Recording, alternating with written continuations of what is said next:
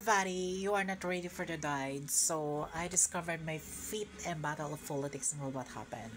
So I called my brother and sister because my mom is died in 2002. My father is died in 2021 during pandemic.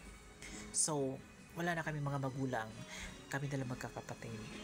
So yung video na to ay isisend ko sa akin mga brother and sister, sa mga kapatid kong lalaki or babae, na kung saan ako mamamatay, hindi ako nila ipapabalsamo o cremate. Bawal ako hindi galawin ang aking katawan, diretso libing.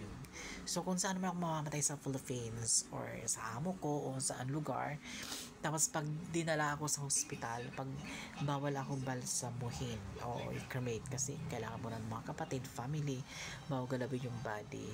Pwede ko kayong kasuhan na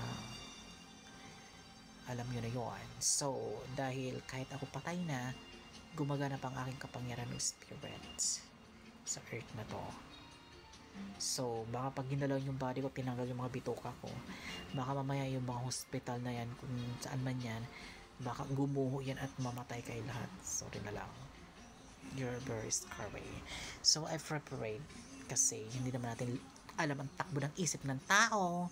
Pag alam mo na ibababuyin ka pag patay ka na, pero yung buhay na buhay ka, takot ka magasgasan, takot ka matouching, takot ka mahalikan, takot ka ma-rape, takot ka masira ang beauty, di ba? Marami mga insensitive, takot ka manakawan o ano man, pero nung namatay ka, wala ka ng silbi. Lahat ang pride mo na pinaglalaban nung bubuhay ka ay napunta sa walang kabuluhan.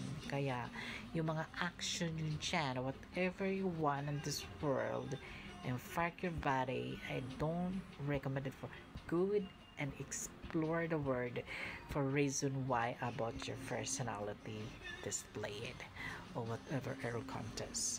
Now almost 30 and going to die, babalik sa lupa at magiging alikabo. Kaya mga pride nyo na yan, tigil nyo na yan. Hindi yan bumibinta ngayon. Bumibinta yan sa mga taong manggagaya nyo at mga bubo at mga hangal.